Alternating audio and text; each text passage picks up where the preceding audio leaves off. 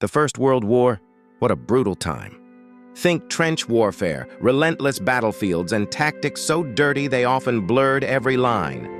Out on the Western Front, it wasn't just the enemy you could see that soldiers had to worry about. Deception was a constant shadow. And one of the nastiest tricks? A fake surrender meant to draw trusting soldiers into a deadly trap. But on September 28, 1918, one American corporal wasn't fooled. He stared down impossible odds and pulled off something so incredibly brave we're still talking about it today. Picture it, enemy soldiers, hands in the air, looking like they're surrendering. You feel that wave of relief, right? Time to move in, take prisoners. But then, in a heartbeat, it all falls apart. Those surrendering soldiers, they leap back into their trenches and suddenly machine guns are just ripping through your men. That was the nightmare waiting on Hill 188. A place where a nasty trick like that could wipe out over half a company in just moments. So, let's set the scene. It's September 1918 in the Champagne-Marne sector of France. This war, it's been dragging on for 4 brutal years. Our man is Corporal Freddie Stowers. Born in Sandy Springs, South Carolina, he's a squad leader in Company C, 371st Infantry Regiment, an African-American unit. Now, like other black regiments, think the famous Harlem Hellfighters, the 371st was sent over to help out the French. The French, who often used their own colonial troops, were actually glad to have these American soldiers. They trained them up with French gear and folded them right into their own divisions. Specifically, the 371st was part of the French 157th Red Hand Division. And their big mission that day? Take Hill 188. This wasn't just any hill. It was a key German stronghold in the Ardennes, and they had to capture it. All right, so Company C starts their attack on Hill 188. At first, the Germans hit them hard. Mortars, machine guns, rifle fire, the works. But then, just a few minutes in, everything goes quiet on the German side. Enemy soldiers start popping up on their trench lines, arms raised high, looking like they want to surrender. So, naturally, the Americans stop shooting and start moving out into the open to collect prisoners. Big mistake. As Stowers' company gets about 100 meters from the German trenches, totally exposed, the trap snaps shut. Those German soldiers, they dive back down and just unleash hell, a wall of machine gun fire and mortars. The shock was devastating. In just moments, more than half of Company C was cut down. The lieutenant, the senior NCOs, they were hit, killed, or wounded.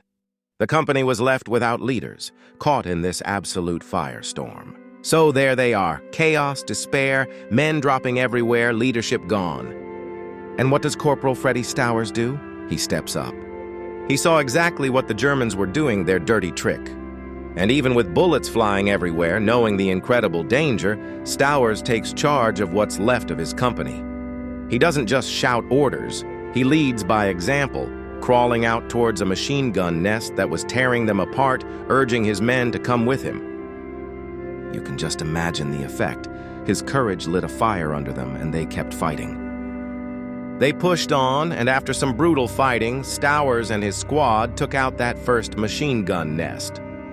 But he wasn't done. Showing unbelievable guts, Stowers then got his men together to go after a second German trench line. He's crawling forward, still out front, still pushing his men towards that second target, when he's hit by machine gun fire. Badly wounded, but does he stop? No. He keeps going, telling his squad, "Keep going, don't give up." He fought on until he was hit again, and this time, his injuries were too much. But what he did, it had already changed everything.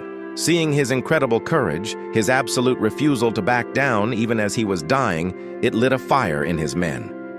They kept attacking, fighting against insane odds, all fueled by his sacrifice. And they did it. They helped take Hill 188, hitting the enemy hard. The hill was theirs. But Corporal Freddie Stowers wouldn't see it. He died on the very ground he helped win. He's buried with 133 of his brothers in arms in the Meuse-Argonne American Cemetery in France. Corporal Freddie Stowers, what a story of incredible courage and leadership in the face of such a dirty trick. So what do you think? What part of his actions inspires you the most? Drop a comment below, we'd love to hear it. And hey, If you think stories of heroes like Freddie, heroes who've been forgotten for too long, need to be shared, do us a favor. Hit that like button and subscribe for more. So, for what he did back on September 28, 1918, Corporal Stowers was actually recommended for the Medal of Honor not long after he died. But can you believe it? The paperwork supposedly got lost, or maybe was never even processed. For decades, his incredible heroism just wasn't officially recognized by his own country. Now, France gave Stowers and his unit the Croix de Guerre for their bravery. But America's top military honor? It just didn't happen for him. Fast forward to 1988, that's 70 years later. An Army investigation starts looking into why no African-American soldiers got the Medal of Honor in World War I. And that's when Stowers' case finally came up. The review found that, yep, his recommendation had somehow slipped through the cracks. So finally, on April 24, 1991, President George H.W. Bush posthumously awarded the Medal of Honor to Corporal Freddie Stowers. His surviving sisters, Georgiana Palmer and Mary Bowens, were there to accept it for him. Freddie Stowers thus became the only African-American to receive the Medal of Honor for World War I. It was a long, long overdue recognition of his incredible bravery, his heroism, and his absolute devotion to his men. Actions that truly went above and beyond the call of duty. What he didn't just lead to a crucial win on Hill 188, it also helped kickstart a fresh look at the records of other minority soldiers whose courage had been ignored for too long. Corporal Freddie Stowers' legacy?